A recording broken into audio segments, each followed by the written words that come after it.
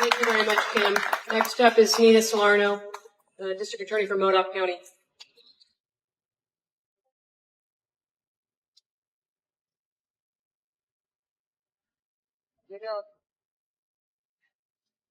Good afternoon. It's my honor to stand here, not just as a district attorney in our great state, but as a victim of crime and a member of Crime Victims United. I want to first thank Anne-Marie and the Criminal Justice Legal Foundation for their leadership on this issue, because it's not just a victim issue. It's an issue for every citizen of California.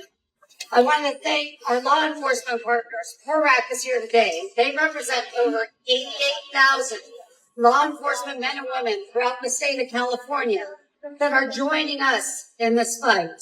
I want to thank our criminal justice partners that are here, the district attorneys that you've heard from, the ones that you may not hear from, Melissa Rios, who's also here from Lassen County, and Morgan Geyer from Placer County.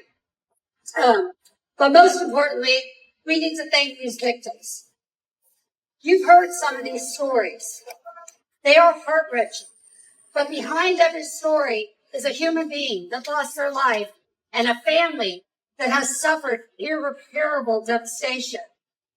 But what CDCR, what these unelected bureaucrats, and what our governor does not count on is the resilience and the strength of a crime victim to fight for justice. I want to acknowledge some of the victims in the crowd that you're not going to hear from, but understand we all carry that same pain. And if I miss someone, I apologize. I want to acknowledge my mom, who at 94 started Crime Victims United some 45 years ago, and our current president, Topo Ludia. The Vandershoot family lost their daughter.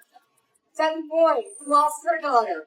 Jessica Byrne, who just in 2 days, her husband, a parole agent, murdered in Alameda County, will be the 1-year anniversary. I want to also acknowledge Ms. Hansen, whose sister was murdered. The survivors of Golden State Killers that are here. Isaac Espinosa's family, who was a law enforcement officer from San Francisco, who was murdered in the line of duty. Ethan Quick, whose son was brutally murdered. Rachel Neglect, a survivor of a serial rapist, and the Lyons family.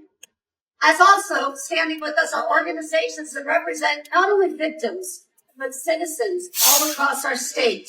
And they too deserve to be recognized. Crime survivors, Citizens Against Homicide, Victim Advocate Angels, Stand Up for Victims, The Voice for Victims. We are at a dangerous, dangerous crossroads here in California. And it is a crossroad created by unelected bureaucrats and Governor Newsom's appointees to the parole board. Life without possibility of parole is not a casual sentence. It is a solemn vow to the victims to honor the loss, the brutal loss of their loved ones. It is also a promise to the citizens of California that those monsters will never harm again. But this administration has seen fit through the dark of the night with no transparency to overturn the rule of law, to completely ignore the victims and to completely ignore the voters of California. Why they sat in this ivory tower and made that decision, they don't have the guts to sit across from each of these families. They don't have the guts to face the citizens of California who time and time again have voted for life without possibility of parole. Proposition 115, the Criminal Justice Reform Act, was passed in 1990. There is a provision in there that a judge cannot strike the enhancements of ELWA, because the citizens of California were smart enough to know we are not leaving justice into the hands of people that don't understand victims. In 2008, we passed Marcy's Law. And as Greg Totten said, there's a very critical point in Marcy's Law. The victims deserve finality. And in the past 3 years, working with citizens up and down the state of California, we defeated twice 2 bills, one authored by Senator Cortese, one authored by Senator Rubio, that would have lessened and allowed the resentencing of ELWA.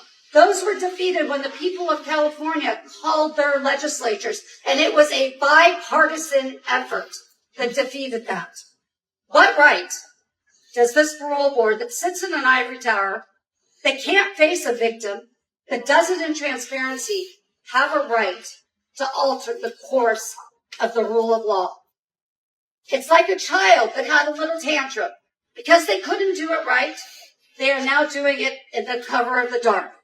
And we are here today as victims to challenge everybody in California, to challenge you, the media, to get this story out, to pull together. Let's call our constituents in the legislature. Let's get every law enforcement agency, and let's demand justice as it was promised to the victims and to the citizens of California. The only way to honor the lives of these victims that were brutally murdered is to protect the living. It is to ensure that justice serves as the shield for the victims of crime and the protector of our California communities, not the revolving door that the California Department of Corrections is instituting.